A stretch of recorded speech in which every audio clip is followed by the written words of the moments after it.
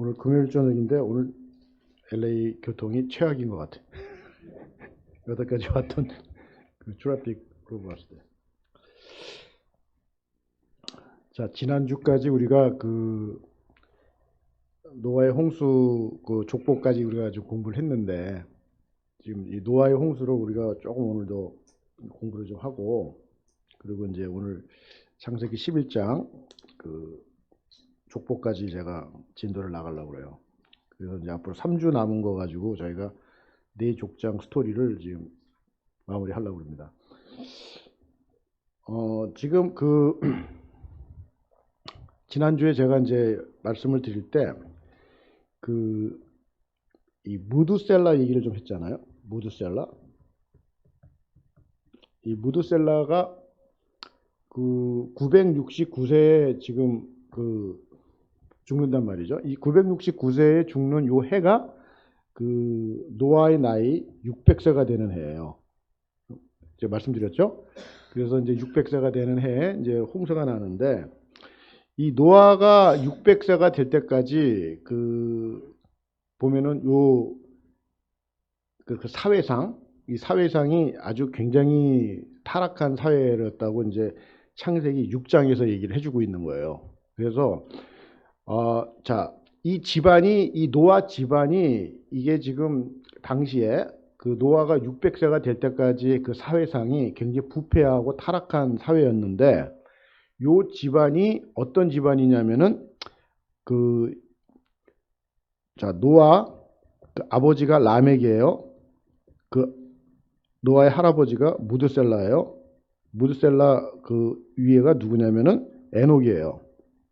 이렇게 돼 있어요. 그러니까 에녹에서 무드셀라가 나오고, 무드셀라에서 라멕이 나오고, 라멕에서 노아가 나오는데, 요 에녹이 그 죽음을 당하지 아니하고 승천하셨잖아요. 그죠? 그래서 그 에녹은 성경에서 이 승천한 인물이 구약에 2사람이 있잖아요. 지금 에녹하고 엘리야.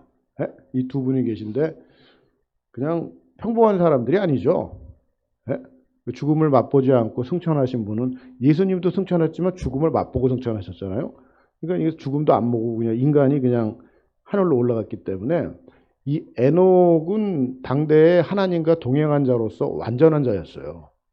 그래서 그 아들이 무드셀라가 나온 거예요. 근데 무드셀라가 그 이름의 뜻이, 무드셀라가 죽으면은 세상에 끝이 온다는 게 무드셀라 이름의 뜻이라고 그랬잖아요. 그래서 이제 라멕이 오고 노아가 왔는데, 이 노아 나이 600세가 되는 이 집안의 내력은 뭐냐면은 요즘 말로 말하면 경건한 집안이에요. 굉장히 구별된 집안이에요.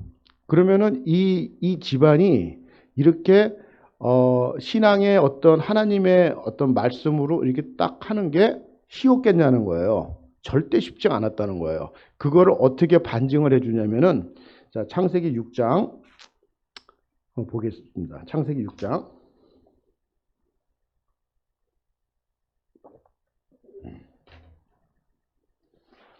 창세기 6장 1절부터 제가 읽을 테니까 이렇게 눈으로 따라오세요. 사람이 땅 위에 번성하기 시작할 때 그들에게서 딸들이 나니, 하나님의 아들들이 사람의 딸들의 아름다움을 보고 자기들이 좋아하는 모든 여자를 아내로 삼는지라. 그러면서 그 4절을 보면은, 당시에 땅에는 네피림이 있었고 그 후에도 하나님의 아들들이 사람의 딸들에게로 들어와 자식을 낳았으니 그들은 용사라 고대에 명성이 있는 사람들이었더라.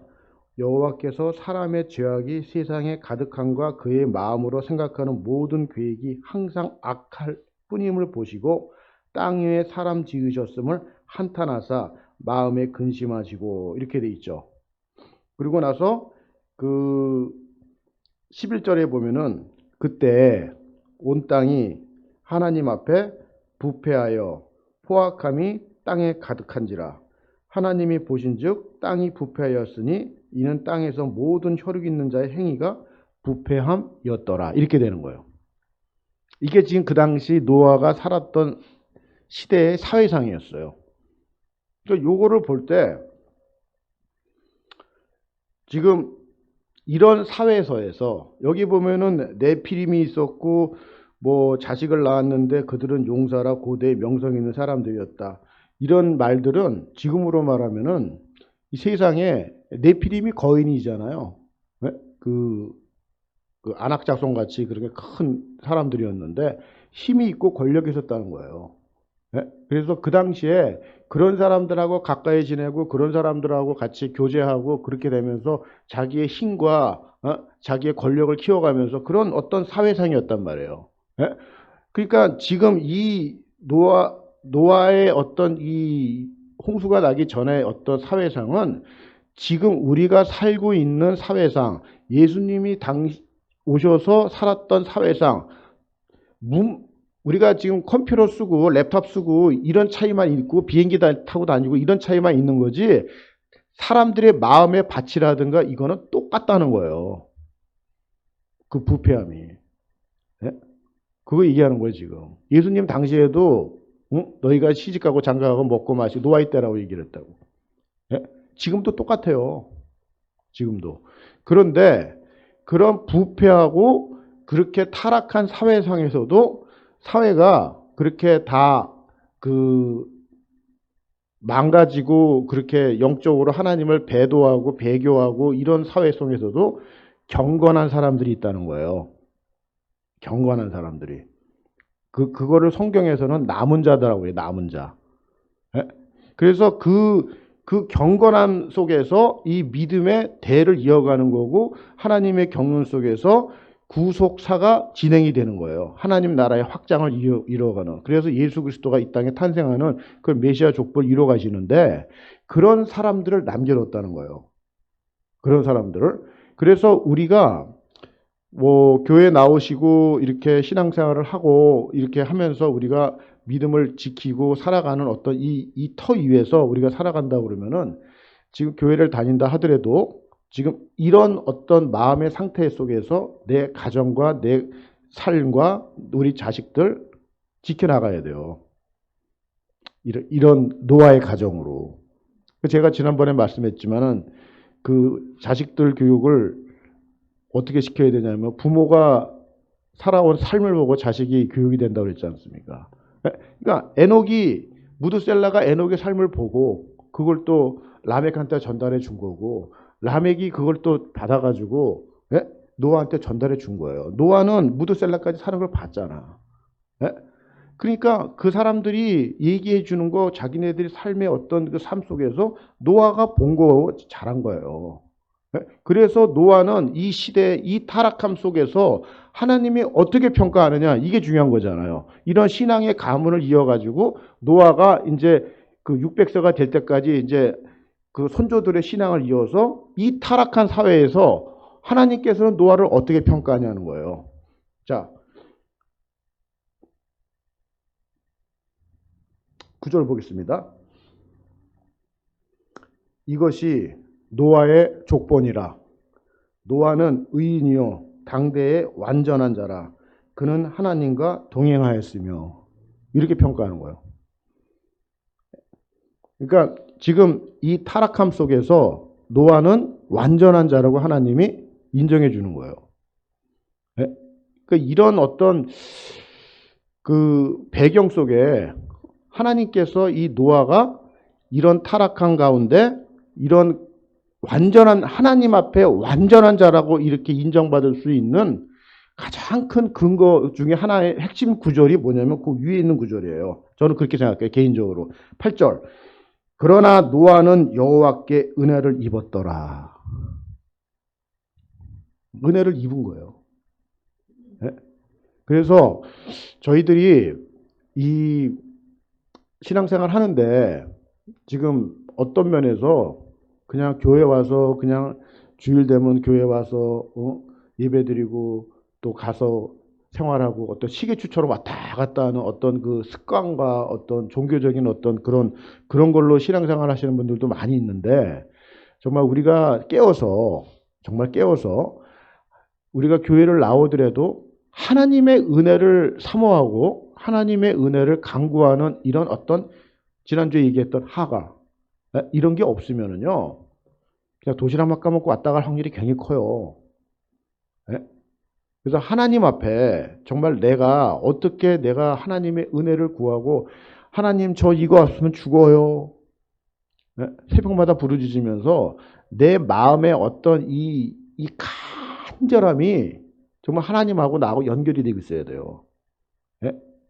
그래서 그렇게 될 때 내가 믿음의 사람으로 세워지고 우리 가정이 보호를 받고 이런 어떤 노아와 같은 그런 일들이 가정에서 벌어지는 거지. 이런 거 없이 교회만 나온다고 해가지고 교회 나온다고 해서 다 만사형통이 되는 게 아니에요. 아, 예수 믿으면 만사형통이에요? 제가 왜 망했어 그러면? 그다음 좀 설명 좀 해줘. 내가 왜 망했는지. 나 교회 생활을 열심히 했는데. 예? 거덜났어요. 예? 그 복이에요 그게? 예수 믿는 사람도 망해요. 교통사고 나고 암 걸리고 그래요. 그럼 그 복 아니에요? 그 복이에요. 망하는 게 복이라니까. 안 걸리는 게 복이에요. 그렇게 해석이 돼야 된단 말이에요, 우리가. 예? 그렇게 해석이 돼야 돼요, 지금. 내가 암 걸렸어요? 아멘이에요. 이렇게 돼야 된다고요. 감사합니다, 하나님. 예? 이렇게 돼야 되는 거예요. 예? 망해도 감사. 흥해도 감사. 예? 암 걸려서 하나님이 오라고 그러면 감사. 예? 의사가 잘못 진단해서 암이 아니래. 그래도 감사. 예? 감사해요, 우리는. 그런 나의 삶 속에 일어나는 믿음의 해석들을 그렇게 하시면서 우리가 가야 되는데 그걸 어떻게 해석을 하냐고. 예? 망하는데 그게 감사가 돼요? 제가 그래서 많이 하나님 앞에 그냥 삿대질하고 그냥 진짜 엉깠어요. 예. 근데 어느 날 이게 새벽 기도가 서 깨달아지더라고. 하나님, 저 망하게 해주셔서 감사합니다. 예. 망하지 않았으면 내가 이렇게 됐겠냐고. 제가 이 금요일 날 이 황금 같은 시간에 이 1시간 50분 이 트래픽 뚫고 여기 와가지고 이거 하겠냐고요, 내가. 예? 하나님의 경륜은요, 제가 얘기했잖아요. 하나님은 나하고 다른 거예요. 예? 하나님하고 나하고 달라요. 하나님의 생각과 내 생각은 다르고, 하나님의 길과 내 길은 다른 거예요. 예? 그래서 그 하나님의 그 창조 속에 있는 그 경륜 속에 내 인생이 포함돼 가지고 내가 거기서 빚어지고 믿음의 사람으로 세워지는 이거를 깨달아야 된다는 거예요. 그게 우리 인생사에 망할 수도 있는 거고 흥할 수도 있는 거고 하나님이 높이시기도 하시고 낮추시기도 하시고 부하기도 하시고 가난하기도 하시고 다 하나님의 주권 속에 있는 거예요. 우리 인생이. 예? 그거가 깨달아질 때 우리가 그거를 해석을 하고 하나님 앞에 선순환으로 가는 거. 네? 그런 믿음의 사람으로 우리가 세워져야 되는 거거든요. 그런 거를 통해서 하나님은 당대에 노아를 완전한 자라고 얘기해 주는 거라는 거예요. 그럼 노아는 이 당시의 삶 속에 고난이 없었을까? 축복만 있나? 절대 안 그랬다는 거예요. 이거를 노아의 홍수를요, 좀 이렇게 깊이 묵상을 하셔야 돼. 스토리라인을. 네? 노아가 120년 동안 배를 져요. 산에다가. 얼마나 그 비아냥거렸겠어요. 네? 배에다 산에다 배를 짓는다고. 그 배의 길이가요, 배의 길이가 몇 피트냐면은 300규빅이에요, 300규빅. 자, 규빅이란 단어가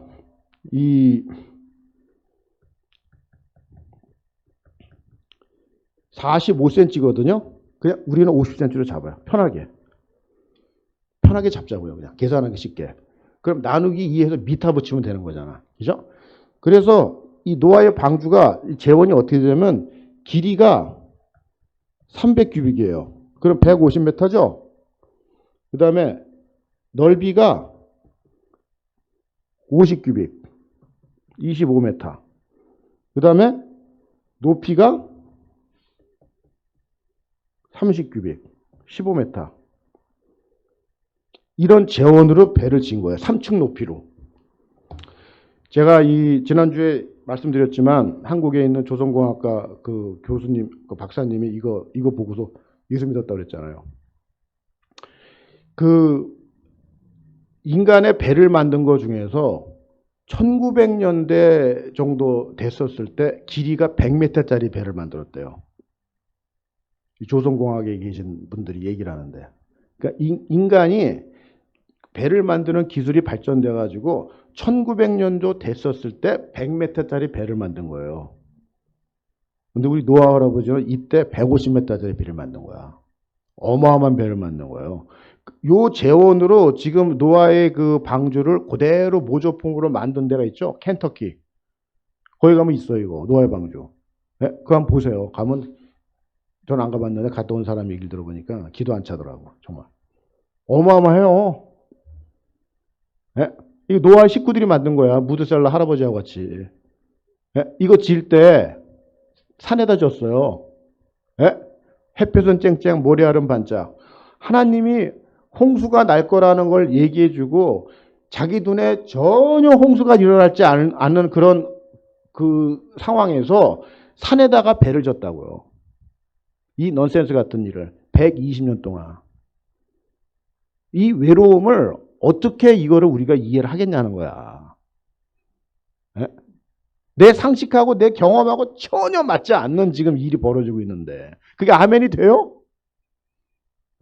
아멘이 될 수가 없다고. 어떻게 내가 순종을 하냐고. 내가. 네? 순종 못해요, 이거를. 그런데 노아가 그러니까 이 족장 시대 때 이분들은 하나님한테 이 말씀을 받는 어떤 이거가 자기의 어떤 인생이 돼버리니까 자기 목숨을 거는 거예요, 거기다. 네?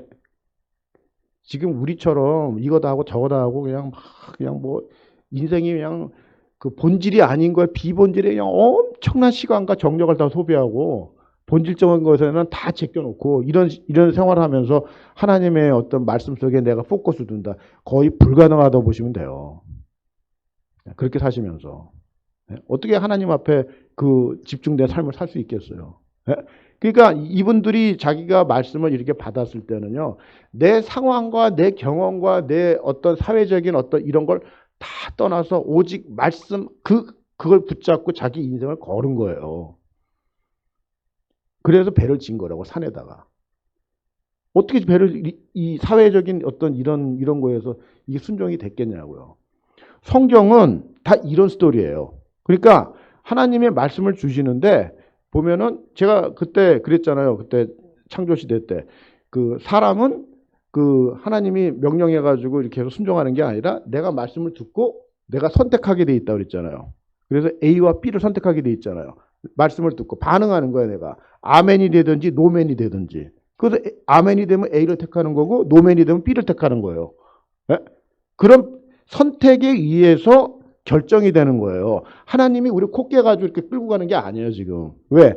하나님의 생기가 우리한테 준 게 뭐냐면 자유의지를 줬다는 거야. 이게 인간이 갖고 있는 그 선택권이에요. 자유의지가 있어, 우리는. 네? 그래서 듣고서 반응하는 거야, 내가. 아멘, 노멘. 네. 그래서 내 상식하고 안 맞으면 접어요.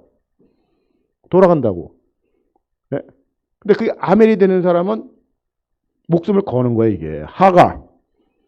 하가가 되는 거예요. 생명을 건단 말이야. 네? 그 생명을 거는 그 사람들을 통해서 하나님이 일을 하시는 거예요. 지금 성경의 역사는 그런 거예요. 네? 요단강을 건널 때 사람 키를 넘는 그 요단강을 말씀 한마디로 건넌 거예요. 무슨 뗏목을 만들 이런 게 아니에요. 그 여호수아가 새벽 일찍 일어나서 성결을 선포해, 성결을.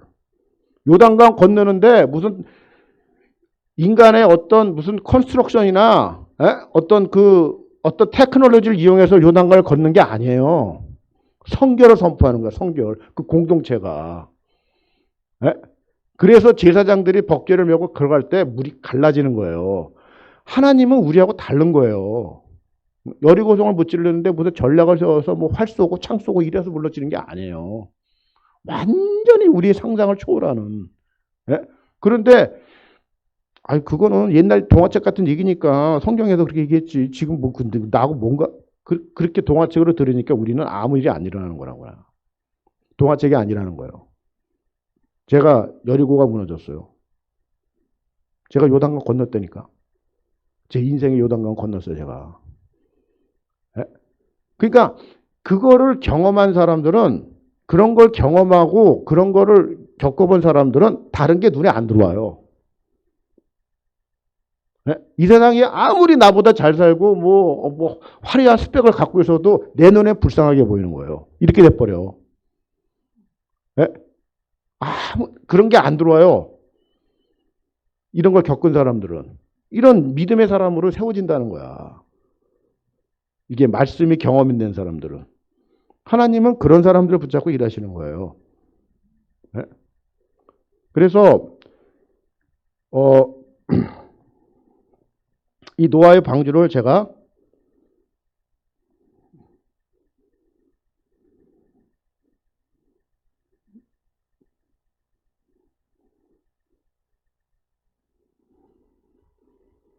보자고요.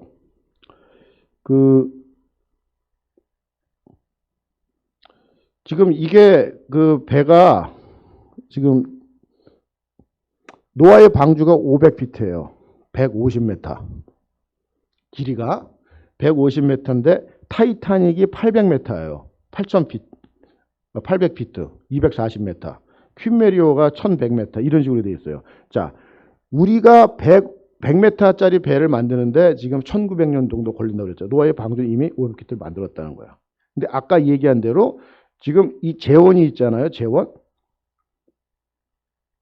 이 재원. 요게 어떤 식으로 되냐면은 대덕에 가면은 해사기술연구소라는 데가 있대요.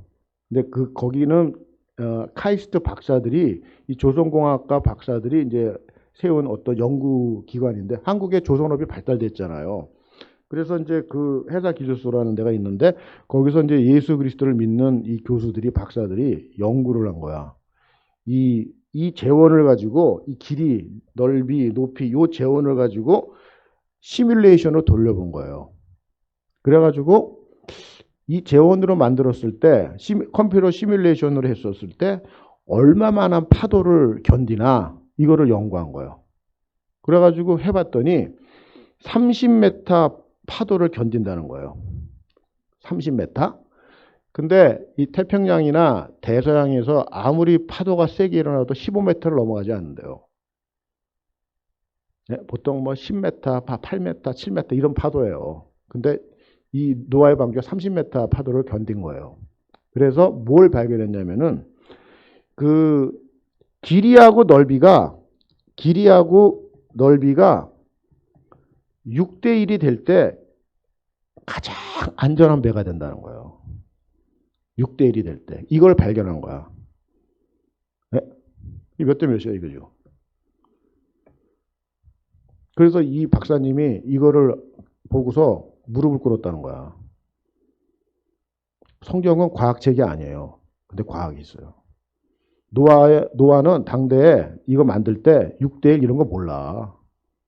300 150 큐빅 그걸로 만든 거예요. 그냥 만든 거다. 자기는 거기서 타다 살아남은 거야. 근데 당대 후대 사람들 연구해 보니까 6대1이 될 때 인간이 만든 배가 제일 세이프티한 배가 나온다는 거예요. 어떤 파도 다 견디는 거야. 네? 그래서 이 배가 우리가 볼 때는 지금으로 보면 아무것도 아니에요. 150m짜리 배는. 예? 근데 지금 그거를 노아의 식구들이 줬다고 생각을 해보라는 거야.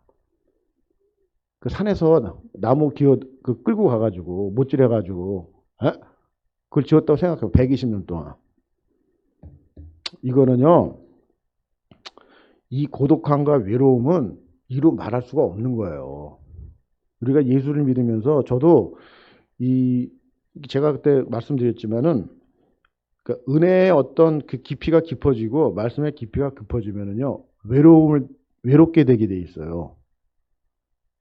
말귀를 못 알아들어 사람들이. 자꾸 제가 좁아져요. 네?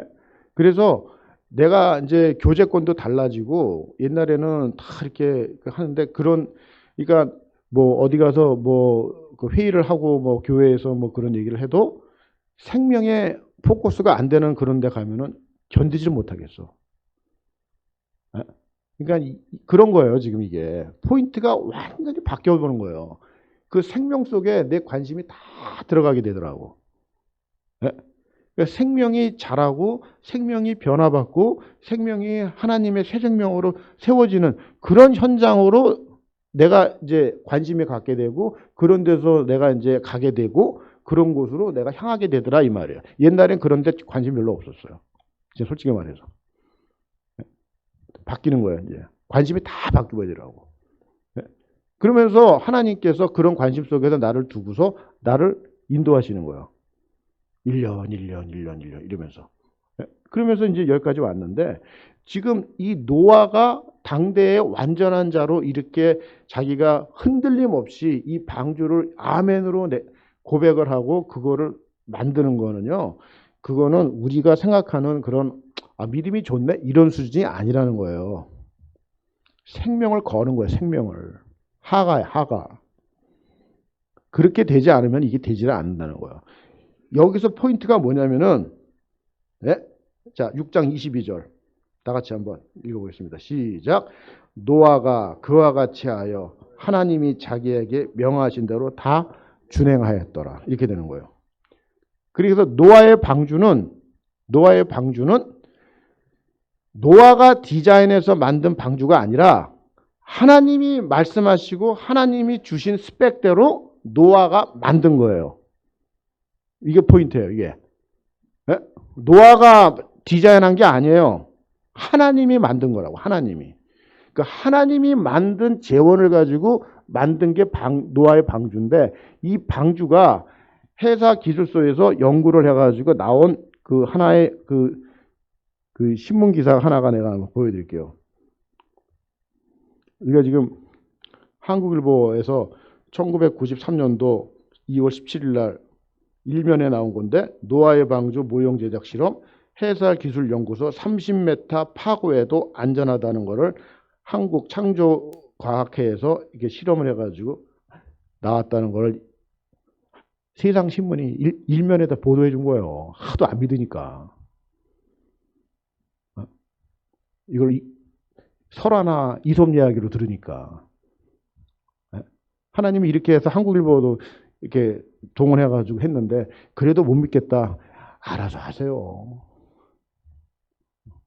알아서 하시라는 거예요. 선택이라니까. 그래서 보면은 이 그림으로 이제 이렇게 그 노아의 홍수를 이렇게 자, 그 방주를 만들고 들어가라고 그래요. 식구들을. 969세까지 무드살레를 살려두는 거야. 한 사람이라도 들어오게 기다려준 거예요. 안 들어와. 그래서 노아의 식구들 보고 방주로 들어가라고. 방주문을 누가 닫냐면은 하나님이 닫아요. 아시죠? 방주문을 하나님이 닫습니다. 하나님이 닫으면은 열자가 있어요, 없어요? 하나님이 직접 문을 닫으시면은요, 못 열어요, 이제. 끝. 하나님이 열어 주셔야지 여는 거예요. 하나님이 닫을 때까지 기다리고 있는 거예요. 근데 하나님이 한번 닫으시면 끝이에요. 역사가. 그때까지 기다리는 거야. 근데 노아가 방주에 들어가라고 했을 때 그 홍수 나기 일주일 전에 들어갔는데 그 일주일 전에 기상예보는 고기압 전선이 흘러가면서 우리로 말하면 85도 디그리에다가 지금 고온 건조한 바람이 부는 아주 그냥 비하고는 전혀 연결이 없는 그런 기상대를 유지하고 있었다는 거예요. 햇볕은 쨍쨍 모래알은 반짝. 일주일 전에도. 그래서 노아 식구들이 들어갔어요. 그 안에 들어갔어. 한 사람도 안 들어와. 제가 그랬잖아요. 노아가 그 친척이 많았는데 한 사람도 안 들어왔다고. 자, 들어갔어요. 일주일 거기 있는 거야. 배 안에. 그때 얼마나 조금 이거 뭐 하는 건가 그럴 수도 있을지도 몰라. 비는 한 방울도 내리지도 않고 일주일 있는 거야 그냥 그 배 안에. 자기네들끼리도 아마 생각할지도 몰라요. 이게 뭐 하는 건가. 예? 세상 사람들이 볼 때 어떻게 되는 거야? 저거 또라이들 저거. 응? 아주 미쳤네. 어?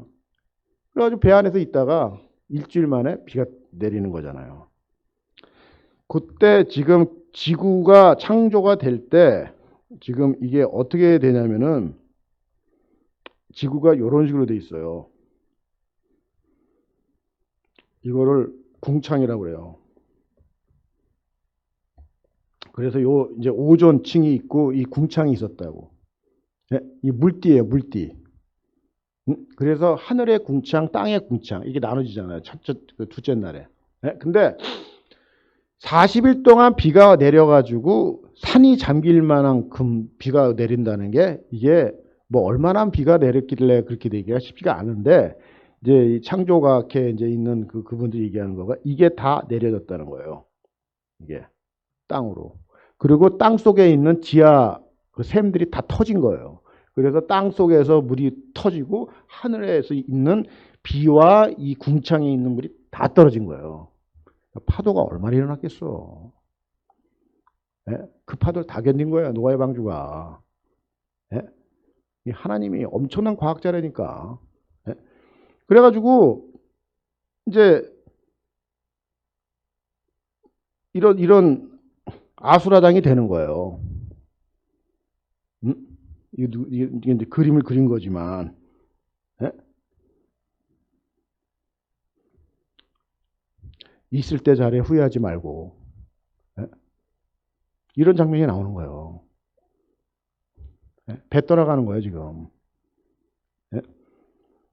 그래가지고 어쨌든 이 노아가 이런 식으로 이제 가면서 이렇게 보면은요.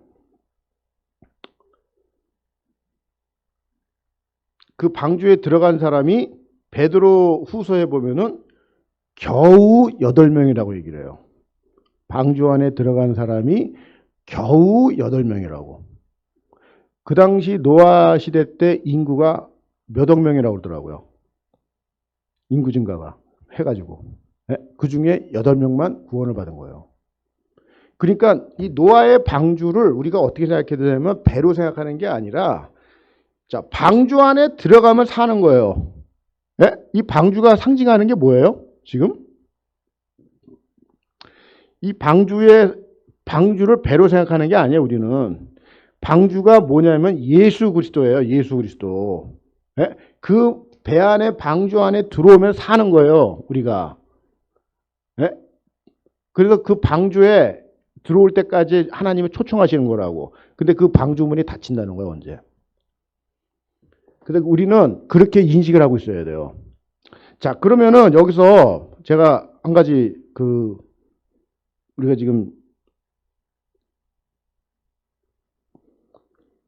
방주가 이 히브리어 원어가 어떤 단어를 쓰냐면은 테바라고 그래요. 테바. 이게 방주예요. 방주. 그런데 구약 성경에는 이 테바를 또 한 군데 써요. 똑같이 써. 테바를. 그래서 이걸 어디다 쓰냐면은 모세가 탄 갈대 상자예요. 엄마가 키울 수가 없어서 나일강에다 모세를 갈대 상자 만들어서 역청 칠해가지고 모세 집어넣고 띄우잖아요. 요게 테바예요. 테바. 똑같이 쓰는 거예요. 노아의 방주하고 이 모세가 탄 갈대 상자. 테바예요. 히브리 원어로. 이 성경 공부 굉장히 수준 있는 성경 공부예요. 너무 우습게 보지 마세요. 이 테바가 될 때 특징이 있어요. 테바가 될 때 이 특징이 뭐냐면은 no power, no key라는 거예요. 동력이 없고 방향타가 없어요. 이 테바는 그냥 떠 있는 거야.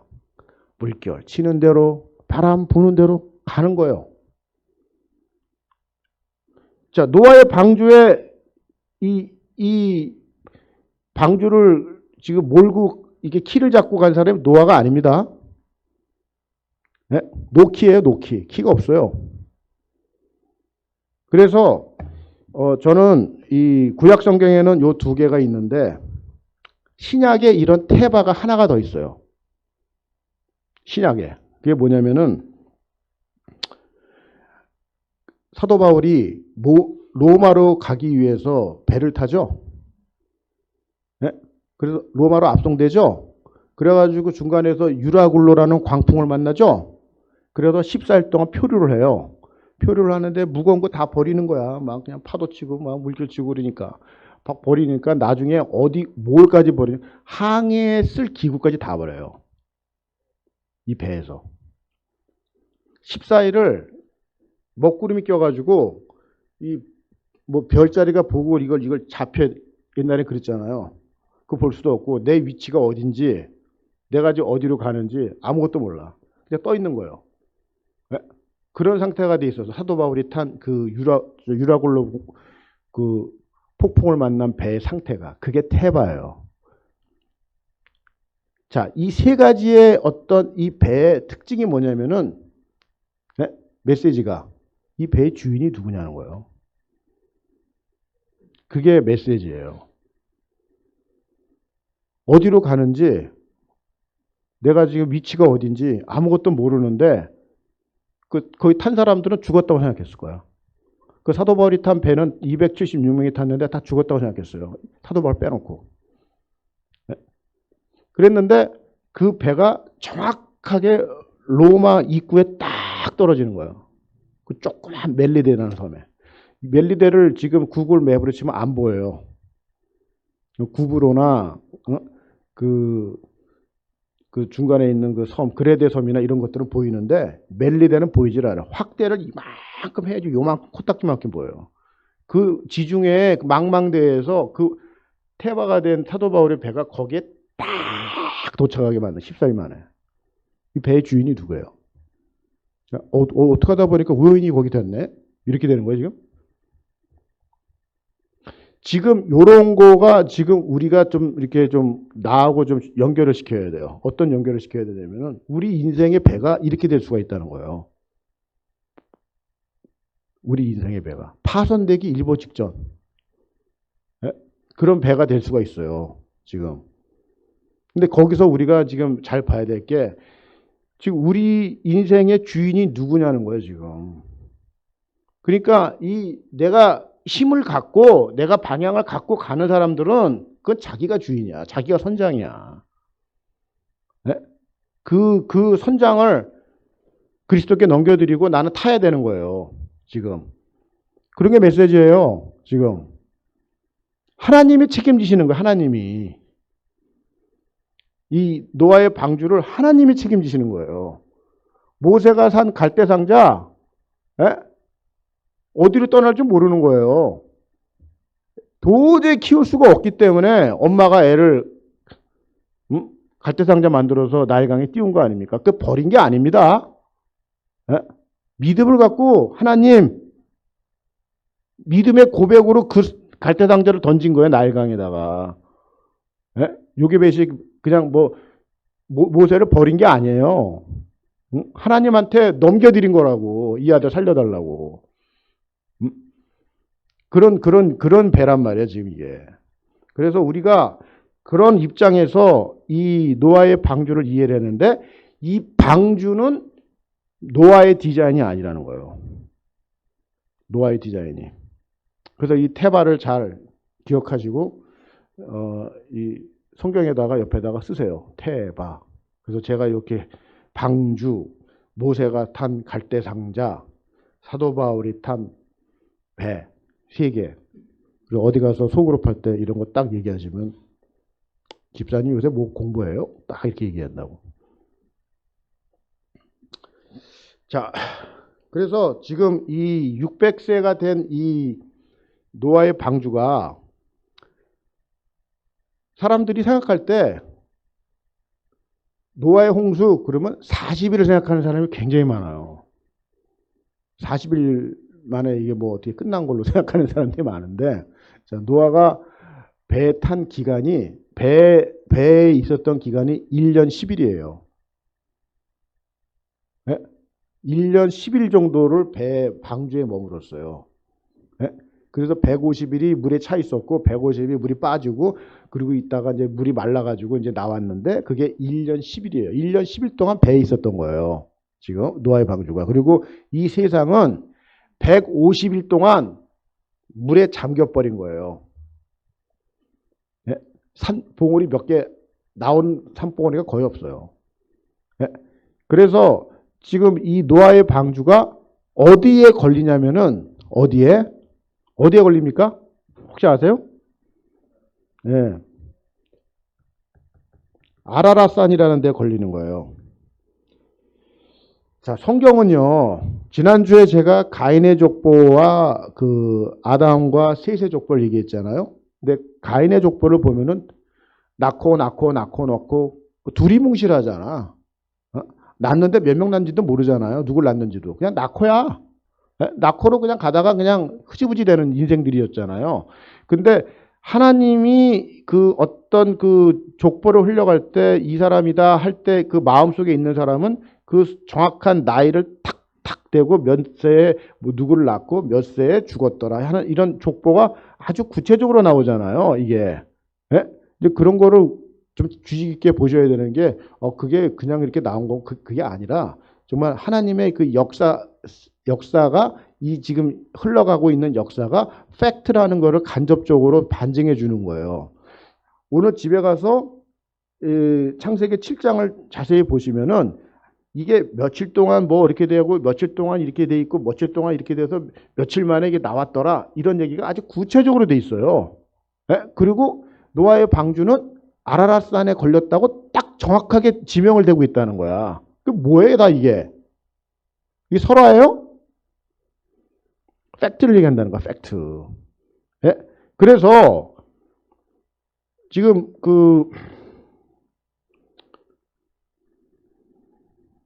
죄송해요.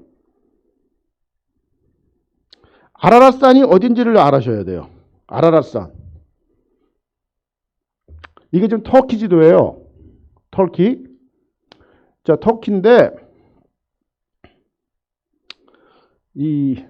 여기가 이스탄불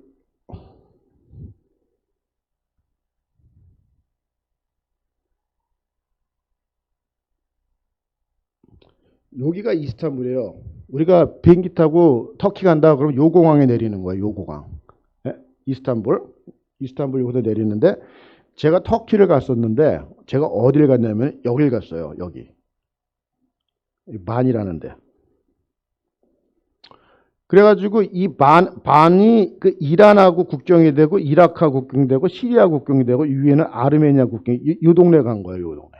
여기 이 동네에 그 사는 사람들이 쿠르드족이라고 그래요. 터키에서 아주 그 인종차별 심한 동네예요. 여기가. 그래가지고 여기는 그 반정부 운동하고 막 이래요. 아주 살벌한 동네야. 근데 아라랏산이 어디냐면 여기서 한 50km 떨어진 여기 아라랏산이 있어요. 여기. 이게 아라랏산이에요. 그런데 이 아라랏산이 해발 고도가 5,100m예요. 여기가. 만년설에다가. 그래서 거기는 그 아무나 액세스가 안 된다고 그러더라고. 그러니까 노아의 방주가 거기 걸렸다고 그러는데 뭐 어떤 사람들이 인터넷 들어가서 보시면 아주 스토리들이 많아요.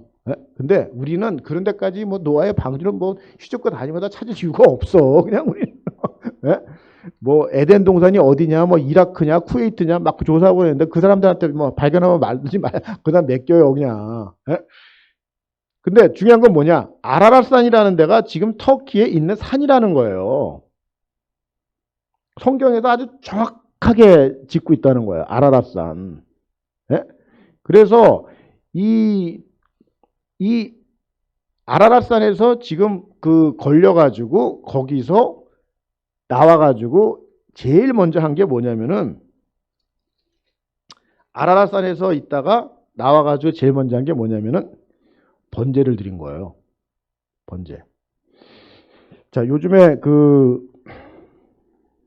요즘에 이제 코로나 때문에 이렇게 보면은 우리가 지금은 많이 완화가 됐지만 작년 같은 경우만 보더라도 집에서 꼼짝 못하고 그냥 어디 가지도 못하고 식당도 못 가고 뭐 이런 적이 있었잖아요. 예? 그런 생활하다가 1년 넘게 생활하다가 좀 이제 다니고 그러잖아요. 근데 지금도 굉장히 어떤 리스트릭션이 있는데 이제 조만간 이제 다 풀린다고 그러잖아요. 자, 노아가 1년 10일 동안 그쪽 150m 그러면 거기 동물들 똥치고 뭐 별거 다 했을 거 아니야. 그 노가다입니다. 거기서 크루즈 탄 게 아니에요. 예? 그랬는데 거기서 그렇게 하다가 1년 10일 만에 육지에 이제 내려가지고 자기가 하는데 제일 먼저 한 게 번제를 드렸다는 거예요. 아, 난 여기서 참 은혜가 돼요. 네? 여기서 참 은혜가 되더라고. 그러니까 노아의 삶 속에 번제를 드려라 명령한 게 아니에요. 하나님이 너 육지에 내리면 번제 드려라 이렇게 명령한 게 아니에요. 자기가 선택한 거예요. 그 이게 무슨 얘기냐면은 정말 하나님 앞에 번제가 뭐예요? 우리는 말로 예배를 드리는 거잖아 지금. 예? 그런 예배를 드리는 건데 그 하나님 앞에 그 제사를 드리는 어떤 그 포커스를 거기다 뒀다는 게 정말 이거는 삶의 어떤 그 노아의 삶 자체가 정말 하나님 앞에 딱 집중된 삶을 살았다는 걸 반증하는 거거든요. 지금 이거를요, 저는 요거 오늘 그 제가 이제 강의 준비하면서 이제 요 대목을 제가 오늘 좀 묵상하고 왔는데 이 시사하는 바가 굉장히 커요. 즉 우리 시대에. 왜냐하면은 지금 교회들마다 다 유튜브로 예배드리잖아요. 좀 이 교회도 지금 뭐 유튜브 교인들이 많지 않습니까? 근데 제가 유튜브 드리는 그 교인들한테 뭐라 그러는 게 아니에요. 뭐라 그러는 게 아닌데 지금 그 유튜브로 예배를 드리기 시작해가지고 유튜브로 정착이 되면은 내 신앙 다 까먹는다는 거 아셔야 돼요. 성경은 모이기를 힘쓰라고 얘기를 하는 거지. 이게 자기 예배를 왜 공중으로 이렇게 모여서 예배를 드리는 데에서 우리가 뜻을 좀 잘 이해를 하고 있어야 돼요. 네? 그러니까 예를 들어서 유튜브를 통해서 내가 개인적으로 예배를 드릴 수 있어요. 그게 하나님이 그 예배가 아니냐? 그렇게 얘기할 수는 없어요. 네? 근데 그런 식으로 내가 예배에 대한 그 개념을 그런 식으로 잡기 시작하면은 내가 어떤 식의 그 공동체라는 이 의식을 까먹게 되고 공동체 속에서 받는 그 은혜가 있는데 그거를 접할 수가 없다는 거예요. 네? 지금 제가 이게 그 유튜브로 제가 이렇게 제 유튜브 그 조회수가 제일 높은 게 한 3,500개 돼요. 네? 전혀 모르는 사람들이 이제 유튜브를 듣는 거잖아요. 전혀 그러니까 관계가 없는 거예요, 나하고. 근데 여기 와서 제가 이제 여기 앉아서 이제 여러분들하고 같이 이렇게 눈을 마주치면서 이렇게 하는 이 자체가 이게 교감이거든요. 성령님의 교감이라고 지금 타치예요, 이게 지금. 예? 이런 걸 전혀 못 느끼면서 스크린으로 예배를 드리기 시작해가지고 거기다 딱 정착이 돼버리면 내 영이 독고다이가 돼요, 전문용어로. 예? 공동체 속에서 내가 은혜를 못 받는다는 거야. 성경에서 왜 모이기를 힘쓰라고 그러냐면은 뭐 오순절 사건부터 시작해가지고 여러 가지 이렇게 보면은 사도 바울이 교회를 개척을 하고 그 예배를 드리는 어떤 장면들을 이렇게 보잖아요. 다 공동체 속에서 예배를 받는. 그 당시 다 핍박 시대 때. 예? 나 혼자서 있으면은 그게 무너지기가 어마어마하게 쉬운 거예요. 근데 이 장작불이라든가 이 화롯불이 이게 같이 모여 있을 때 이게 힘이 나오는 거 하잖아요. 불길이. 똑같아요, 이게 지금. 응? 우리가 같이 혼자서 기도도 할 수 있어요. 자기가 새벽 기도. 예? 그렇지만 모여서 우리가 기도할 때 나오는 그 은혜가 있다는 거예요. 이런 걸 무시하시면 안 돼요. 그 예배가 잘못된다는 거야, 예배가. 그 다 내가 복음되는 거예요, 그러니까. 그러니까 어느 정도까지의 유튜브를 지금 우리가 허용을 하고 있지만 앞으로 유튜브를 계속해서 정착화 시켜가지고 유튜브를 하겠다. 그분은 사단이 원하시는 작품으로 흘러갈 확률이 90%가 넘어요. 내가 솔직히 말하면. 그런 성도 양상하는 게 사단의 목표예요. 유사 그리스도인들. 아무 힘이 없어. 종교, 기독교, 요 체크할 수는 있는 어떤 그 자기의 어떤 그 짓구리만한 그 믿음을 갖고 있을지 모르겠지만 그 안에서 예수의 영이 들어가서 예수 그리스도가 나의 주인됨을 이루시고 이 삶에서 내가 어떤 능력을 행사하고 경건의 어떤 능력을 가지고 내가 살아가는 힘을 갖고 있다. 아니죠. 사단이 그런 수준으로 원하는 거예요. 신앙생활. 네? 그러니까 사단의 작품으로 흘러갈 수 있는 찬스가 굉장히 높다. 공동체 속에서 자꾸 떨어져 나가는 거예요. 네? 그래서 이 핍박 가운데 1세기 때 그 핍박 가운데 왜 모이기를 힘쓰라고 그랬겠냐고요. 모이다가 적발되면 다 죽는데 그럼에도 불구하고 모이기를 힘쓰라고 그러는 거예요. 이 사도들이. 너희들이. 모여서 예배 드리라는 거예요. 모여서. 그러니까 그게 우리가 해야 될 어떤 그 지향점의 예배관이에요. 프라이어티가 거기에 있어야 되는 거예요. 지금 우리의 어떤 삶의 목표가. 지난주에 제가 얘기했죠. 예배론이 잘못되어 있으면 신앙 망가진다고. 그걸 유튜브로 편안하게 뭐 잘못 바람으로 처음에 뭐 이렇게 옷 제대로 입지만 그거 뭐 하다 보면 혼자 있는데 그걸 누가 봐요? 그렇게 예배 드렸다가는 그게 서울 사랑의 교회 오정혜 목사님 오셔가지고 얘기를 하는데 그런 얘기 하시더라고. 자기네 교회에서는 유튜브로 6개월 이상 예배 드리는 사람은 전도 대상자라고 생각한대. 네? 심각한 얘기예요. 저는 그 말에 100% 동의해요. 그거는 교인이 아니에요. 공동체에 속해가지고 6개월 이상을 유튜브로 예배를 드린다? 그거는 예배론이 망가진 거예요. 네. 잘못되어 있는 거예요, 지금 그거. 그러니까 그런 거는 본인들이 판단을 해야 되는데 선택이라고 했잖아요, 제가. A를 할 수도 있고 B를 할 수도 있고 제가 이렇게 말씀을 드렸습니다. 네? 그러니까 잘 이제 유튜브 들으시는 분들도 잘 들으세요. 저를 원망하지 마시고 전 말씀을 드렸습니다. 네? 그러니까 선택을 하세요. A로 아멘이 되든지 노멘으로 되든지 말씀을 드렸어요. 자, 그래서 이 번제로 제단에 드렸다는 얘기가 모든 삶 속에 노아의 모든 삶 속에 우선권이 예배에 있었다는 거예요. 아, 내가 이 방주에서 나가자마자 나는 이런 어떤 규제가 있었는데 그게 규제가 풀리면 내가 제일 먼저 하고 싶은 거 뭐 있을 거 아니에요. 그게 예배라는 거야. 노아는 하나님 앞에 이런 마음을 갖고 있어야 된다는 거예요. 지금 그게 성도예요. 그게 거룩한 무리라는 거야. 거룩한 무리. 그렇게 구별된 삶을 사는 사람들이 성도예요. 그리스도인. 네? 구별이 안 돼. 내가 제일 먼저 코로나 끝나고 내가 지금 뭐 크루즈 타고 여행 가고 예배라는 거예요. 왜? 이 성전에 나와서 내가 예배 드린다는 거. 네? 그런데 포커스가 돼 있어야 된다는 거예요, 지금. 그러니까 우리가 이 코로나 시절에 지금 이런 예배론이 정말 잘 붙들려 있으셔야 돼요.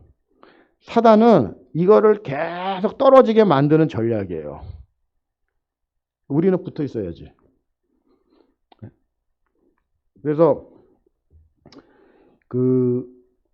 하나님께서 이 노아한테 준 복은 저는 그렇게 돼요. 이 당대의 완전한 자로서 이 사람이 살아갔던 그 모습 속에서 정말 하나님 앞에 예배의 삶을 사는 어떤 거기에 꿈을 꾸고 거기에 목숨을 걸고 거기에 했기 때문에 하나님 완전한 자로 인정해 줬다는 거예요.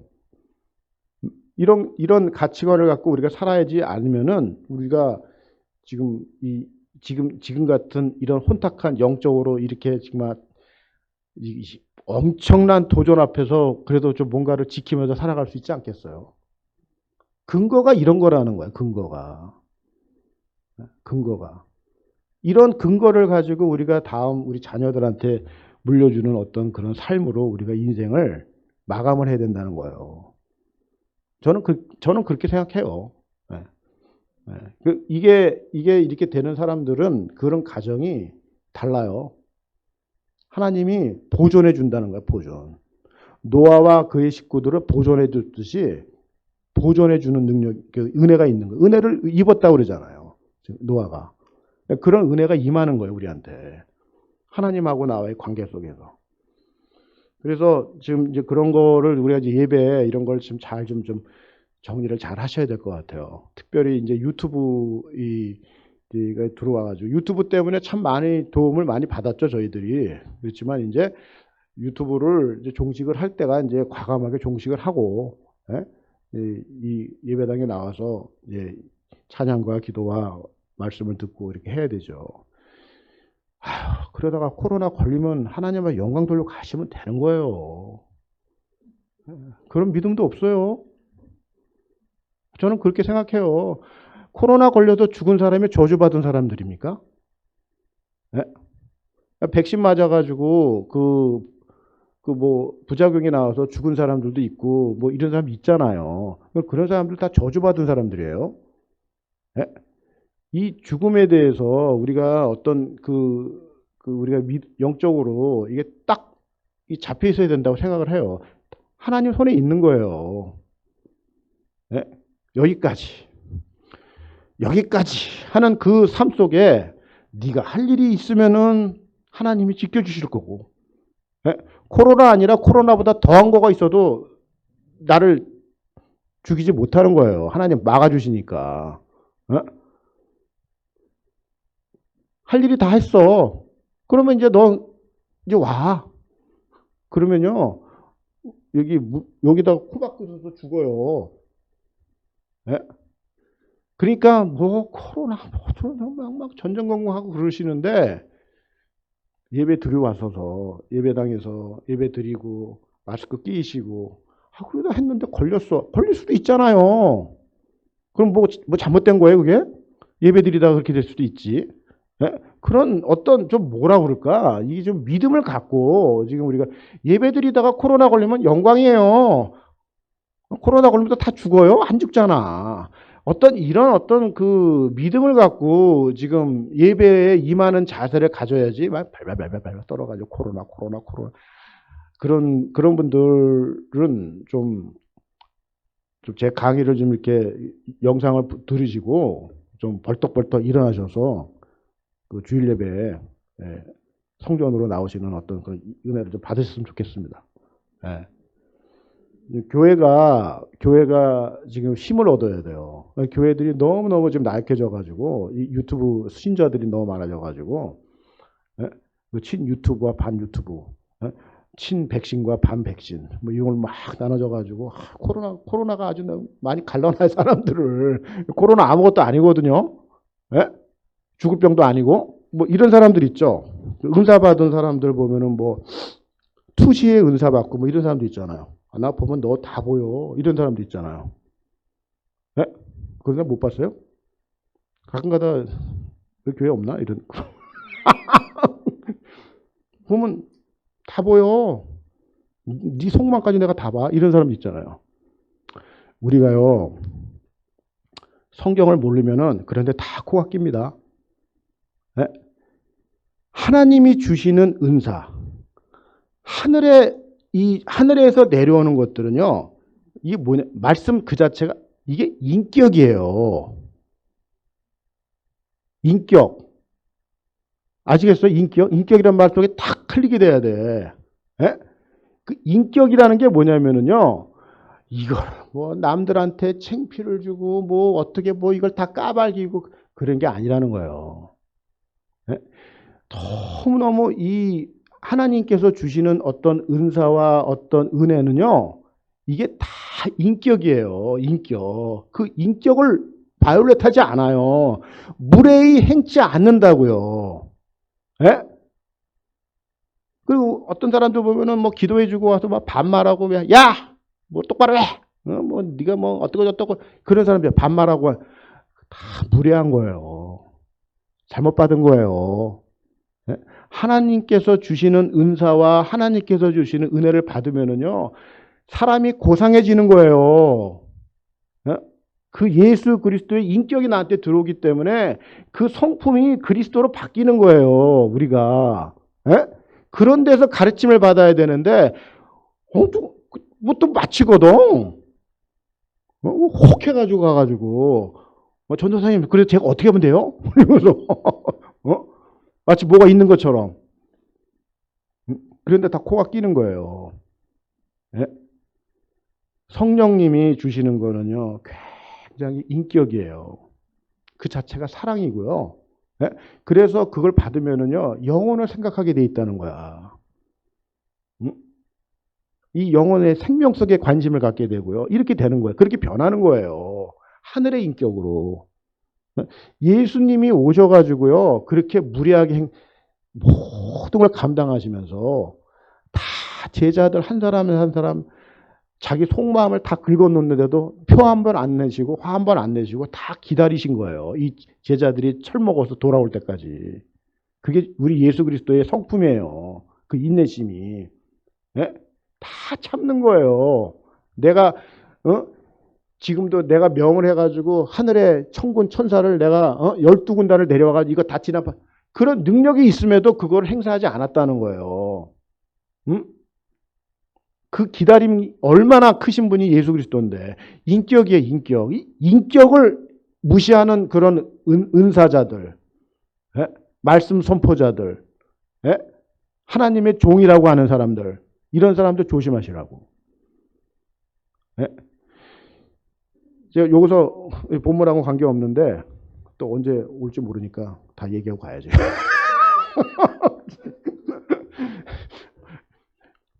저는요, 우리 평신도들이 자꾸 이런데 혹해가니까 전도서에 보면은요, 사람의 앞날을 하나님이 우리를 알지 못하게 하셨어요. 그래서 우리의 미래는 하나님의 것이에요.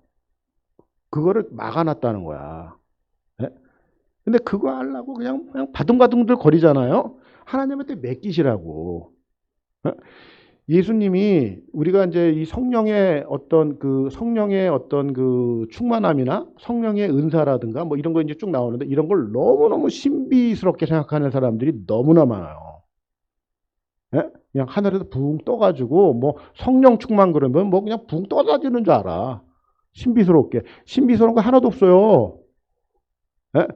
그래서 제가 이 한 장면만 얘기해 드릴게요. 우리가 성령 충만하다, 말씀 충만하다, 뭐 이렇게 그런 거를 우리가 이제 받게 되고 이제 그렇게 된다 그러면 내 삶의 기준이 어떻게 되냐면은 내 현실 생활에 굉장히 충실하게 만든다는 거야. 그게 성령 충만의 하나의 근거예요. 네? 요거를 내가 말씀을 드릴게요. 예수님이 변화산에서 그 세 제자를 데리고 변화산에 갔어요. 변화산에 갔는데 변형이 된 거야. 근데 예수님이 변화산에 갔었을 때 그 시점은 공생의 3년 중에서 언제 시점이냐면 2년 6개월 정도 된 시점이에요. 그 초막절 근처이기 때문에. 초막절은 10월이고 예수님이 돌아가시는 부활절은 그 다음에 4월이에요. 그러니까 마지막 그 부활절을 가시기 전 6개월 전 어라운드 그 시절에 변화산 사건이 일어난 거예요. 네? 그래서 이제 예수님이 마지막 변화산 듣고 나서 예루살렘에 내려가야 되는데, 그러니까 예수님은 아는 거야. 이제 내가 예루살렘 가면은 십자가 고문당해서 난 죽어야 되는 거예요. 네? 이제 그런 어떤 타임 프레임을 갖고 있는 건데, 그걸 변화산 갔더니 변형이 됐잖아요.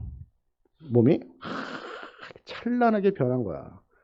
그러니까 이제 베드로, 예수님 우리 내려가지 말고 여기서 모세와 이렇게 엘리야 같이 여기서 초막셋을 짓고 여기서 살자고 그런 얘기 하잖아요.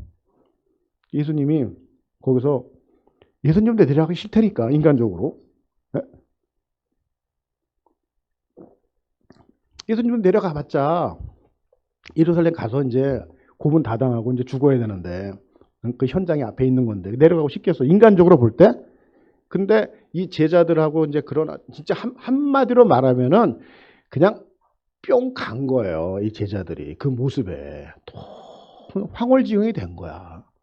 이 예수님하고 이제 이 모세와 엘리야가 나타나는 그 장면 속에서 완전히 지금으로 말하면 은혜 충만, 성령 충만이 된 거예요. 어? 그랬는데 예수님이 행보가 뭐예요? 그 다음 장면에 산으로 내려오는 거예요. 산에서 내려오는 거예요. 산에서 내려온 거예요. 그 다음 장면이. 그게 뭐예요? into the world라는 거예요. 그게. 이런 걸 잘 개념을 잡고 계셔야 돼. 그러니까 예를 들어서 우리가 이렇게 주변 사람들 볼 때 그 2단이나 3단이나 걸린 사람들의 어떤 특징이 뭐냐면은 자꾸 자기네들이 고립되잖아요. 세상하고 고립시켜가지고 그 독립된 생활하고 뭐 이렇게 그 2단들 잘 보세요. 그래서 집 팔게 하고 막 그래서 다 갖고 와서 지들끼리 모여가지고 이제 고립된 생활 하잖아요. 예? 전형적인 2단이에요. 성령의 역사는 이런 걸 잘 아시라고. 성령의 역사는 내가 은혜를 받아요. 말씀이 충만해져요. 예? 뭔가를 하나님이 나한테 뭔가를 줬어요. 그러면은 내 시각이 into the world가 되는 게 성령 받은 자의 가장 특이한 증상이에요. 그게 사도행전에 나타나는 현상들이라는 거예요. 사도들이. into the world가 돼야 된다는 거예요. 어디 가서 산에 가서 뭐 우리끼리 독립된 생활하고 다 2단이에요. 이런 데 넘어가시면 안 된다는 거야. 정말 경계해야 돼요. into the world라고. 우리의 관심이 우리의 사는 어떤 직장, 우리가 살고 있는 우리의 가정, 예? 우리가 살고 있는 생업의 현장, 이게 into the world로 가야 된다는 거예요. 우리의 어떤 삶이. 예? 그래서 사도 바울이 성령 에베소서에서 성령 충만을 받으라 하고 술 취하지 말라 하고 두 개를 이렇게 딱 병행구절로 하잖아요. 에베소서 5장인가 거기서. 술 취하지 말라. 이런 방탕한 것이니. 그러면서 밑에 성령 충만을 받아라. 이렇게 나오잖아요. 예? 성경이 이 장수하고 절수가 구별이 된 게 AD 1300년 정도에 이게 구별이 됐어요. AD 한 1300년 정도에서 1500년 사이에 장수하고 절수가 우리가 지금 보는 장수하고 절수가 구별이 되어 있다는 거예요. 그러면은 그 전에는 어떻게 되냐면 에베소서 그러면은 1장부터 6장까지 장수와 절수가 구분이 없어요. 그냥 한 통으로 된 편지예요. 네? 우리가 이렇게 보고 성경을 좀 봐야 돼요. 어떨 때는. 그래서 술 취하지 말라. 이런 방탕한 것이니 그럼 성령의 충만을 받아라 하고 성령의 충만을 받으라고 바로 연결된 구절이 뭔지 아세요? 사도 바울이 얘기하는 편지가 그게 장수가 나눠지는 거예요. 5장하고 6장. 6장 1절이에요. 그게. 그 6장 1절이 뭐예요? 성령의 충만을 받으라. 그리고 나오는 성령 충만의 현장을 뭐라고 그러냐면 아내들이요. 이렇게 시작해요. 남편에게 승복하라. 예? 뭘 얘기해요? 남편들아. 아내 사랑에 제 몸같이 하라. 이렇게 나오는 거예요. 그러니까 성령 충만과 지금 이 가정생활을 연결시키고 있는 거예요. 성령 충만의 현장은 어디냐? 가정에서 출발하라는 거예요. 그게 사도 바울의 메시지예요. 말씀에서. 예? 성령 충만한데 가정 타지에 끼고 맨날 와서 교회 와서 그냥 뭐 그냥 집안은 개판 만들고 그거 아니라는 거예요. 내 현실 생활에 정말 캄하게 살아가게 만들어요. 성령 충만은. 가정생활에 최선을 다하게 만든다면 남편으로서 아내로서 자기가 해야 될 본분을 제사장으로서 돕는 배필로서 그 역할을 잘 감당하게끔 해주는 게 성령 충만이에요. 그 다음에 넘어갈 대상이 이웃이지. 예? 유대와 사마리 예루살렘과 유대와 사마리아 땅끝 이 절차가 있는 거예요. 예? 성령 충만이 그냥 그렇게 아무 절차도 없이 인격이라니까. 예? 주님의 인격이라고요, 이게 다. 그러니까 이런 거 무시하고 그냥 막 들어오는 사람들은 이단성이 높은 거예요. 예? 또 한 가지만 얘기하고 본문으로 돌아갈게요. 내가 성령 충만하다. 은사를 내가 어마한 걸 받았어요. 방언의 은사, 통변의 은사, 어마한 걸 받았어요. 예언의 은사, 다 받았어요. 우리가 말씀을 이렇게 증거하고 그런 은사자들, 이런 사람들 볼 때 우리가 점검해야 될 필요가 뭐냐면은, 그래요. 그리고 받았어. 어마한 거 받았다고 쳐요. 그 사람들이 삶의 변화가 있냐는 거예요. 하나님이 그런 걸 왜 줘요? 말씀을 그렇게 많이 알게 했어. 왜 말씀을 이렇게 많이 알게 하냐는 거예요. 그런 은사를 받고 하늘의 은사를 받은 사람들은요, 반드시 따라오는 게 뭐냐면 나의 삶의 변화가 온다는 거예요. 그 비포에 내가 이렇게 살았는데 내가 하나님께서 뭔가를 주셔가지고 내가 바뀐 거예요. 이 바뀜의 현장이 있어야 된다는 거야. 예? 근데 이게 없어. 없는데 나는 엄청난 은사를 받았어. 생각을 해봐야 되는 거 아닙니까? 예? 생각을 해봐야 되는 거예요. 그런 거를. 지금. 하나님께서 주시는 모든 이 은혜와 어떤 말씀과 어떤 성령 충만한 성령의 은사들 이런 것들은요. 왜 좋냐고 왜. 변화가 있어야 돼. 변화가. 내 삶에 변화가 없다. 그거는 생각을 해봐야 되는 거예요. 생각을 해봐야. 내가 100% 인정할 수밖에 없는 게 내 삶을 보니까 안 변할 수가 없어. 제대로 이렇게 되는 사람들은 안 변하는 게 기적이에요. 정말. 그러니까 그런 거를 우리가 잘 이렇게 점검해 가면서 교회 공동체 안에 어디서 외부에서 들어오는 사람들도 그런 거 좀 점검해 보시고, 그렇게 우리가 체크 앤 밸런스를 맞춰서 가야 되는 거예요. 예? 어디 가서 이상한 소리 듣고 와가지고 그냥 용해 아주 굉장히 잘 맞춰. 이런 데 다 꽂혀 있는 거야, 지금. 예? 예수 믿는 사람들이. 하나님 그런 거 하나도 관심 없어요. 진짜. 그거 알면 뭐예요, 또? 그래서 그런 거에 대해서 우리가 좀 잘 좀 경각심을 가지시고, 지금 우리가 시대가 노아의 시대, 진짜 이 타락한 시대가 지금 우리가 살고 있는 시대랑 똑같아요. 지금 앞으로 시간이 가면가면서 더해요. 지금 여기서 영적인 분별력을 갖고 공동체를 지키고 교회를 지켜야 된단 말이에요. 지금 그런 말씀의 보호막들을 갖고 계셔야 된다는 거예요. 자, 그래서 이제 이 창세기 10장을 제가 10장, 11장 요거 잠깐 이제 얘기를 좀 하고 마치겠습니다. 지금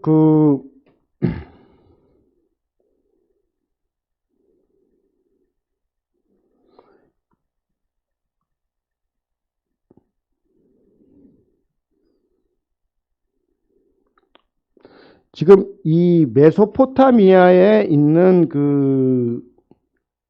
이 세력들을 제가 지난번에 한번 설명을 해드렸는데, 해드렸죠, 이거?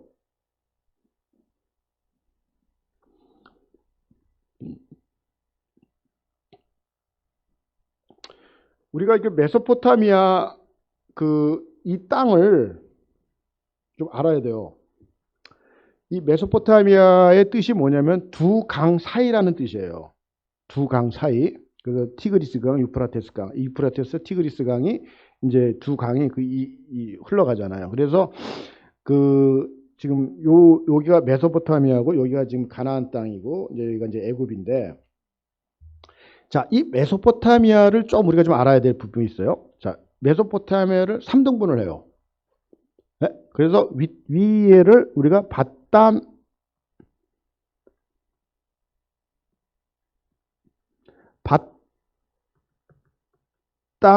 아람이라고 그래요. 들어보셨죠?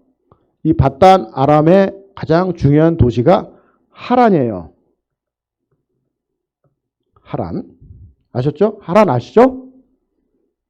자, 그 가운데 있는 게 이제 아수르예요. 아수르. 그 다음에 이제 이 밑에 땅을 뭐라고 그러냐면 신할 땅이라고 그래요. 신할 땅. 신할 땅. 그래서 신할 땅을 이 반으로 나눠서 있는 땅을 요 땅을 뭐라고 그러냐면 갈대아라고 그래요. 갈대아. 네? 그리고 갈대아의 가장 중심에 있는 도시가 우르예요. 이렇게 이제 세 섹션으로 일단 머릿속으로 딱 이렇게 덩어리로 알고 있어야 돼요. 지금. 그래서 맨 위에 그 바단 아람, 그 다음에 아수르. 아수르에서 가장 중심 도시는 니느웨예요. 니느웨. 자, 그래서 이 바단 아람, 아수르, 그 다음에 맨 밑에가 신할 땅인데, 이 신할 땅을 우리가 뭐라고 그러냐면 바벨론이라고 얘기하는 거예요. 바벨론. 네? 바벨론. 그 바벨론의 그 밑에 부분을 우리는 뭐라고 그러냐면 갈대아 땅이다 이거예요. 그래서 갈대아, 그 신할, 바벨론 다 한 워딩이에요. 그냥 이렇게 보시면 돼요. 네? 그래서 뭐 하박국 같은 데 보면은 바벨론을 갖다가 갈대아 사람들이라고 이렇게 얘기하고 그러거든요. 그게 다 그게 같은 말이에요. 같은 미닝이에요. 그런데 여기 족보 가운데 이제 어떤 족보가 나오냐면은 창세기 10장의 족보가 이 셈과 함과 야벳에 이제 흩어져 가지고 이제 이 종족을 번식을 하는데, 예? 이 함이라는 그 이 아들 속에서 이제 나오는 족보가 뭐냐면은 이 가인의 족보 같은 족보가 나오는 거예요. 자, 그 함 족보 한번 보겠습니다. 6절, 10장 6절 볼게요. 자, 함의 아들은 구스와 미스라임과 북과 가나안이요. 그러니까 함의 막내 아들이죠. 가나안이 넷째 아들. 그래 구스 아들은 스바와 사일라와 삽다와 라야마 십대가요. 뭐 이렇게 해서 쭉 나가다가 그 구스가 또 니무롯을 낳았으니 이렇게 되죠. 니무롯. 그래서 그는 세상의 첫 용사라 이렇게 얘기하는 거예요. 그래서 지금 그 가인의 족보에 보면은 그 두발가인이 나오죠. 두발가인. 그 두발가인이 그 무기로 만드는 어떤 그 용사라고요. 그 두발가인이. 그러니까 이 가인의 족보는 그 당시에 세상 문명과 이런 걸 다 지배했던 그 사람들이란 말이야. 근데 지금 함에 이 니무롯이라는 사람을 통해서 세상의 첫 용사라. 그러면서 그가 여호와 앞에서 용감한 사냥꾼이라고 이렇게 얘기하죠. 그래서 그의 나라는 그러죠. 그의 나라는 10절에 그의 나라는 시날 땅의 바벨과 에렉과 악각과 갈레에서 시작되었으며 그가 그 땅에서 아수르로 나아가 니느웨와 르호보빌과 갈라와 이렇게 해서 니느웨를 건설했다고 얘기를 하는 거예요. 자, 여기서 볼 때 용감한 사냥꾼 첫 용사 니므롯. 이게 뭐냐면은 지금으로 말하면은 지금 그 가인이 성을 하나 여호와를 떠나서 이룬 것이 성을 쌓았다고 그랬잖아요. 성. 네? 그 성의 하이라이트가 바벨탑이라고 했잖아요. 그래서 이 니므롯이 첫 용사가 한 게 뭐냐면은 시날 땅에다가 바벨탑을 쌓는 주인공들이 되는 거예요. 이 니므롯의 후손들이. 네? 그래서 이 니므롯을 좀 알아야 되는데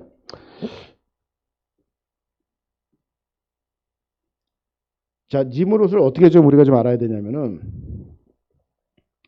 이 함의 아들 중에서 이제 니므롯이 나왔어요.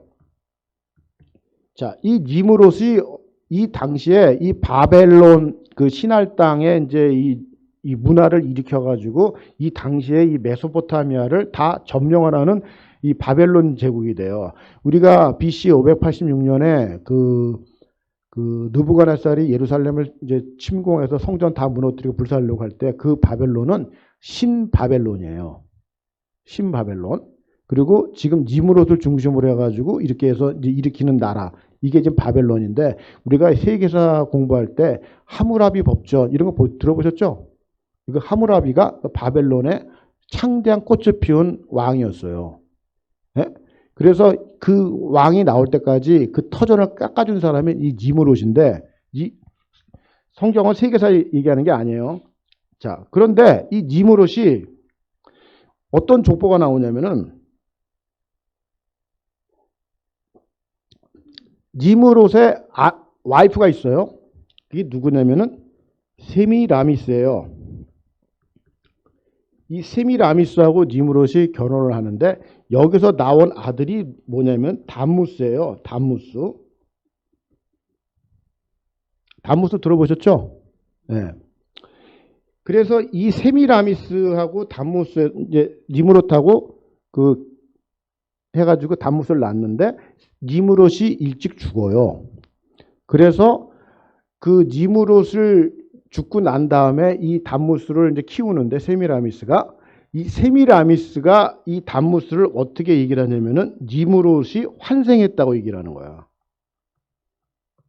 그래서 이 시날 땅 바벨론 땅에서는 이 세미라미스하고 담무스를 신으로 모셔요.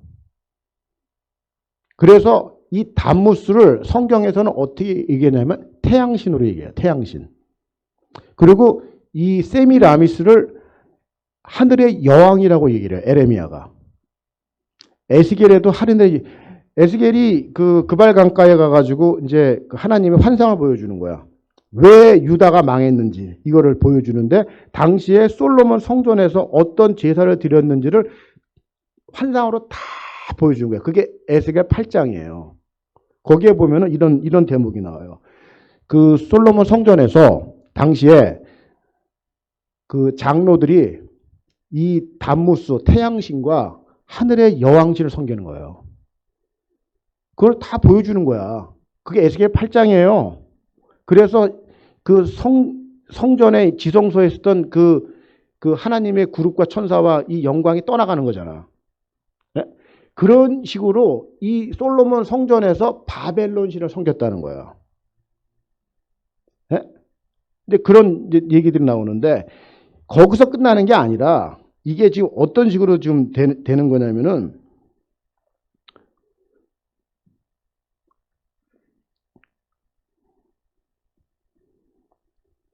이 세미라미스가 그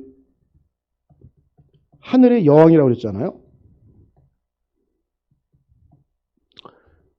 여신이란 말이에요. 여신. 이 여신이에요. 여신. 그런데 이 여신이 어떻게 지금 이제 흘러가냐면은 이게 가나안 땅으로 들어와요. 가나안 땅. 가나안 땅으로 들어오면 이 세미라미스의 역할이 어떻게 변냐면 아스다롯이라고 들어보셨죠? 아스다롯? 이게 그런 여신이 된단 말이에요. 자, 신약으로 넘어가요. 이 신약으로 넘어갈 때 이 여신이 어떻게 되냐면은 자, 에베소로 넘어가요. 그게 뭐냐면 아데미예요. 아데미. 아데미 신이 되는 거예요.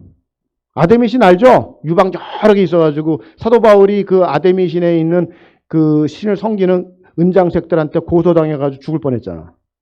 그 에베소에 그 아데미 그 신을 섬겨가지고 엄청난 그 우상 단지 모셔놓고 거기서 은장색, 금장색 그 우상 단지 만들고 팔고 그런 비즈니스를 해먹으면서 살았단 말이야. 그 에베소 교회, 에베소가. 거기에 가서 교회를 세워가지고 말씀으로 두란노선 세워가지고 거기서 말씀을 하니까 이런 비즈니스가 다 안 되는 거야. 마술책들 다 불살다 버리고. 그렇게 해서 그냥 에베소가 뒤집어진 거예요. 그래서 사도 바울 잡아 죽이려고 극장에 모여가지고 그냥 너만 명이 와서 그냥 아데미가 소리 2시간 동안 지르고 그런 거 아니야. 그게 아데미라는 거야. 네? 이게 영어 이름이 다이아나예요. 제가 왜 이렇게 얘기하냐면 이런 걸 잘 알고서 이름들 지으라고요. 애들 이름. 네? 그래서 이게 고린도로 넘어가요. 그 여신이 그럼 뭐라 그러냐면 아프로디테라고 그래요. 그래서 고린도 지방에는 이 아프로디테를 숭배하는 여사제들이 3,000명, 4,000명씩 있는 거예요. 그래서 그 교회에서 고린도 교회가 우상에 대해서 어마어마한 전쟁을 치르는 거예요. 사도 바울이. 그래서 이 아프로디테란 말이야, 이게. 로마로 넘어가요. 비너스예요. 이게. 그래서 지금 이 엄마 세미라미스와 그 아들 담무스의 관계를 지금 하늘의 여왕신, 그 다음에 태양신 이런 관계를 설명하고 있는 거잖아요. 그래서 여신이 나오는 게 그 여신 속에 남신이 나와요. 그래서 아스달의 파트너가 바알이잖아. 바알과 아세라. 들어보셨잖아요. 그런 식으로. 그래서 이 우상에서 나오는 이 제사들이라든가 이런 것들은 뭐냐면은 성적인 간음을 하는 거예요. 그 신전에서. 이게 이 여신의 그 사제들하고. 예? 그러니까 그 문화가 얼마나 타락한 문화냐고. 그래서 우리 기독교 지금 이 말씀에서 얘기하는 순종이라는 개념이 거기는 없는 거예요. 그냥 거기 있는 사제하고 성관계 맞으면 복 받는 거예요. 다산과 다복을 받는 거예요. 그러니까 그 남자들이 거길 어떻게 그걸 저항을 해요? 다 그 길 가지? 근데 여기는 와서 제사 드리고 동물 다 잡아 죽이고 뭐 별걸 다 해야 되는 거야. 누가 이 짓 해? 예? 그래서 가나안 땅 들어가가지고 다 죽이라는 걸 못 해가지고 다 동화가 되는 거예요. 이방 종교는 순종이라는 게 없어요. 말씀에. 그냥 거기서 여사제들이랑 같이 그냥 즐기면 되는 거예요. 그러면 다산이야. 다복하고. 예?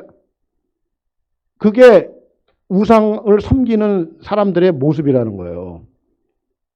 그래서 이런 이 바벨론에서 출발한 이 세미라미스가 이 전 세계 그리스 로마 신화까지 다 점령하는 거예요. 전 세계의 우상단지를 다 점령하는 거예요. 이 세미라미스 이 여신의 개념이. 그래서 우리가 이 바벨론을 잘 알아야 되는데, 이 바벨론이, 그 당시에 바벨론은 그런 나라였지만 지금 요한계시록에 와가지고 이 바벨론 얘기를 해요. 네? 요한계시록에서. 그래서 우리가 이 아까 얘기했던 이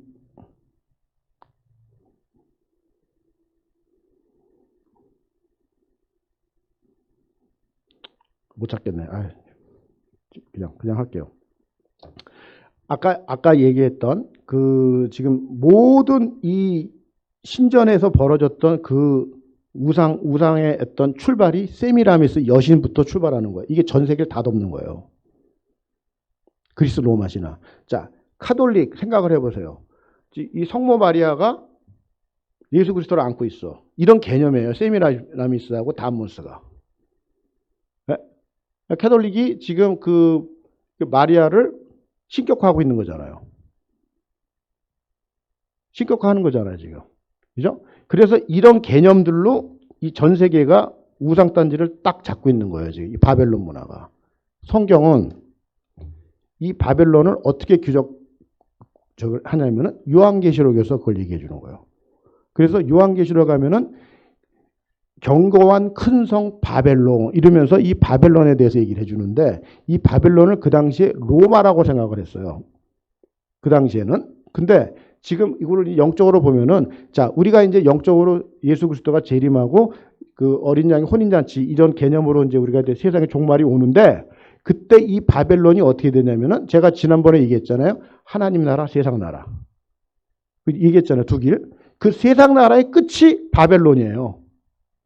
이 바벨론이 어떻게 되냐면은 1시간 안에 망한다는 얘기를 해요. 요한계시록에서. 그 1시간이 이게 시간으로 완아워가 아니라 갑자기 어느 날 망한다는 거예요. 갑자기. 그게 바벨론의 끝이에요. 그래서 이 바벨론은 지금 뭐를 우리가 봐야 되냐면은 이 세상의 모든 문화와 문명과 사상과 이론과 기술과 번성함과 번영과 다 포함하는 거예요. 그게 바벨론이에요. 그 바벨론의 특징이 뭐예요? 예수 그리스도를 적대한다는 거예요. 하나님 나라를 대적하는 거예요. 그런 개념으로 바벨론을 성경은 규정하고 있다는 거예요. 거기가 어떻게 되면 노아의 자손, 셈, 함, 야벳에서 같은 뱃속에서 나와가지고 방주 안에 들어갔던 그 후손 중에서 이렇게 갈라진다는 거야. 이 족보가. 그래서 이런 거를 보시면서 지금 창세기 10장, 11장을 지금 우리가 바벨탑, 다음 주에 바벨탑 이제부터 제가 하고서 이제 갈 테니까 지금 이거 집에 가서 제가 강의한 거 갖고서 한번 정리를 좀 해보시고, 이런 걸 조금 공부를 하시면은 성경이 좀 탄탄해져요. 흔들림이 없이. 그래서 이 세상의 가치관과 문화와 문명 속에 절대 흔들림이 없이 유튜브 신자가 아니라 하나님 말씀에 목숨을 거는 그런 주의 군사로, 용사로, 세상의 용사가 아니라 하나님 나라의 용사로 우리가 세워져야 되지 않겠습니까? 네, 자, 기도하겠습니다. 하나님 아버지 감사합니다. 오늘도 살아계셔서 저희들 말씀으로 자각하게 하시고 영적으로 깨어나게 하시고, 하나님 잠자는 자리에서 깨어나게 하셔서 벌떡벌떡 일어나게 하셔서 남은 인생이 정말로 하늘나라에 쓰임받는 주의 용사가 될 수 있도록 인도하여 주시옵소서. 니무롯을 통해서 바벨탑의 주역으로 아버지 하나님 그렇게 하나님을 대적하는 자리가 아니라 하나님 앞에 순종하는 노아처럼 번제를 드리며 제일 먼저 하나님 앞에 단을 쌓는 그런 어떤 하나님 앞에 정말로 귀히 쓰임받는 완전한 자로 쓸 수 있도록 저희들 한 사람 한 사람을 붙잡아 주시옵소서. 감사를 드리오며 예수님의 이름으로 기도했습니다. 아멘.